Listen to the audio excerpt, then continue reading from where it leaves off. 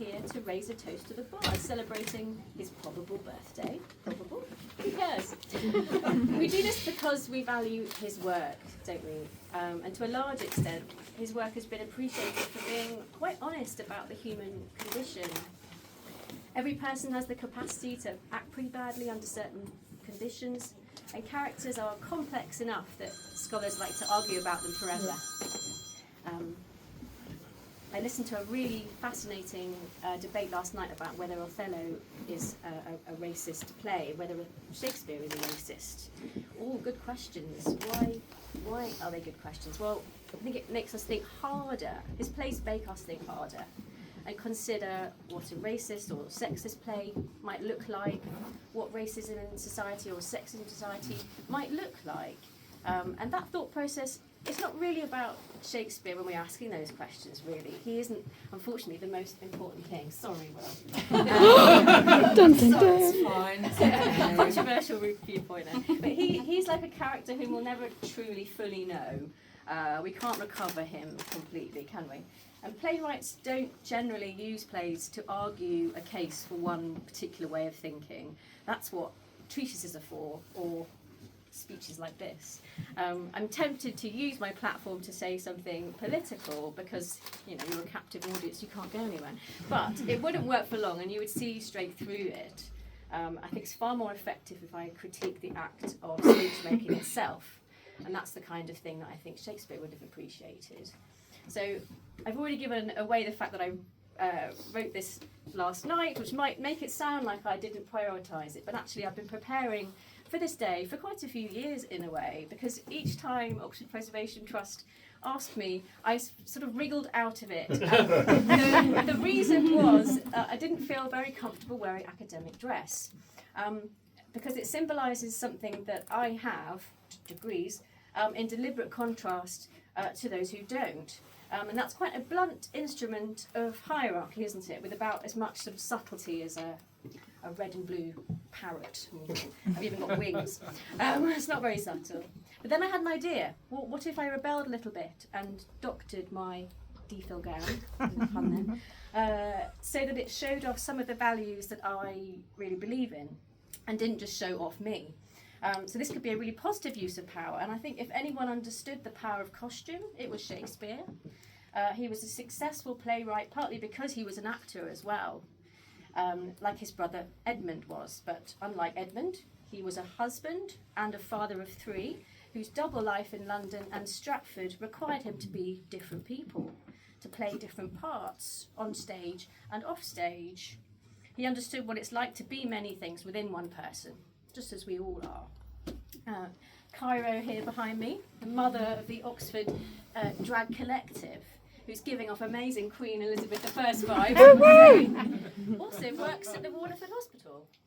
And we all have many lives, and we're all many different brilliant things. I think humans are very hard to pigeonhole. So about a year ago, I hit on a sort of Shakespearean thought about a PhD gown as a costume, and what it might mean if I individualised it, like a costume designer would for a character. If I took away its uniformity, so it's less of a uniform, and let it tell more of a story that was about something more than academic achievement. So I started Robe Revolution. It's a project to create a robe that can be worn by anybody who wants to. Anybody can wear this gown, not just me. It's a collaborative team effort. We've all been contributing to it. Ro Davis over here in the audience embroidered these beautiful flowers that are full of meaning. So from the top, wild thyme, honeysuckle, cowslip, ivy, violet and pansy. And these plants are all found in Midsummer Night's Dream. Though they might go by different labels. Honeysuckle goes by Sweet Woodbine, and Love in Idleness is a sort of wild pansy, Viola tricolor. And I'm going to sew my favourite quotation on one of the sleeves, in a cowslip's bell I lie, sung by Ariel, of course, in The Tempest.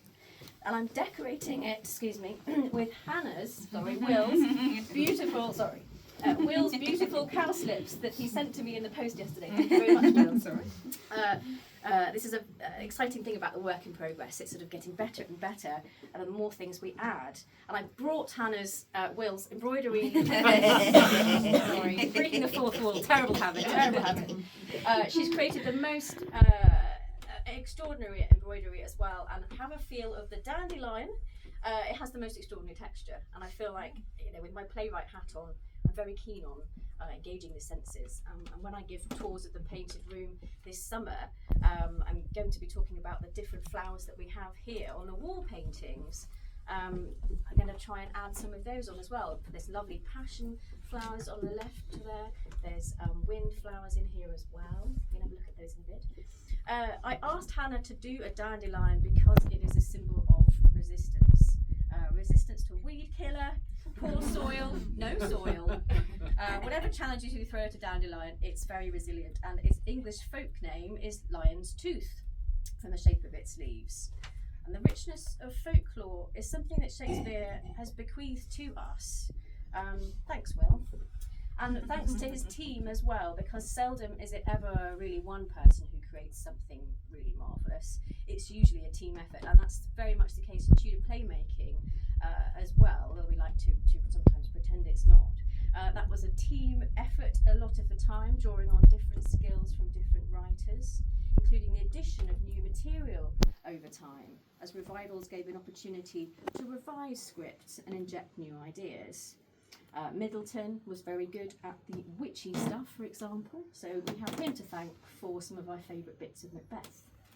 And so Robe Revolution, or Robe Rebellion, Robe Revolution probably is a bit safer, is also very much a team effort.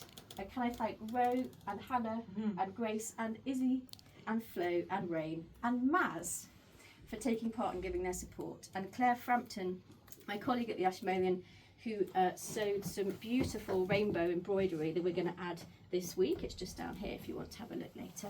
And then it will go out to community groups across Oxfordshire to add their own designs onto it. So it will grow and grow. All of us are from either the LGBT plus or neurodivergent community, or both. And that's incidental in a way, but it is also a show of support. And today, a special show of celebration, because here we have the first openly gay and first neurodivergent Mayor of Oxford, Mike. Here's to you, Mike, as well as to the birthday boy, our much loved William Shakespeare. Cheers! Cheers! We should get you another glass. Yeah, we should. But before we do, I'd like to say thank you so much for your words and for your amazing robe and for all the wisdom you've shared with us. And thank you to everyone who's participated in this extraordinary thing. One of the wonderful things that the Painted Room lets us do, that this completely made up celebration lets us do, but also one of the wonderful things that I think OPT does again and again, is to bring together people from across the community, from across Oxford and Oxfordshire. And so it's really wonderful that here today we're able to celebrate the university, and it's very, very grateful that the Pro-Vice-Chancellor and the Pro-Proctor have come to join us, that we're able to celebrate the city, and thank you to the Lord Mayor, to the Aldermen and Councillors, to the County Council, and so thank you to the Chair of the County Council, and thank you all so much for coming. And each year, of course, what I normally do now is to hand over to the person in the room who is most gorgeously apparelled and most remarkably dressed. But it's second, if not third place today. True. Very true. To the High Sheriff, John May, who will say a few words now. Well, thank you.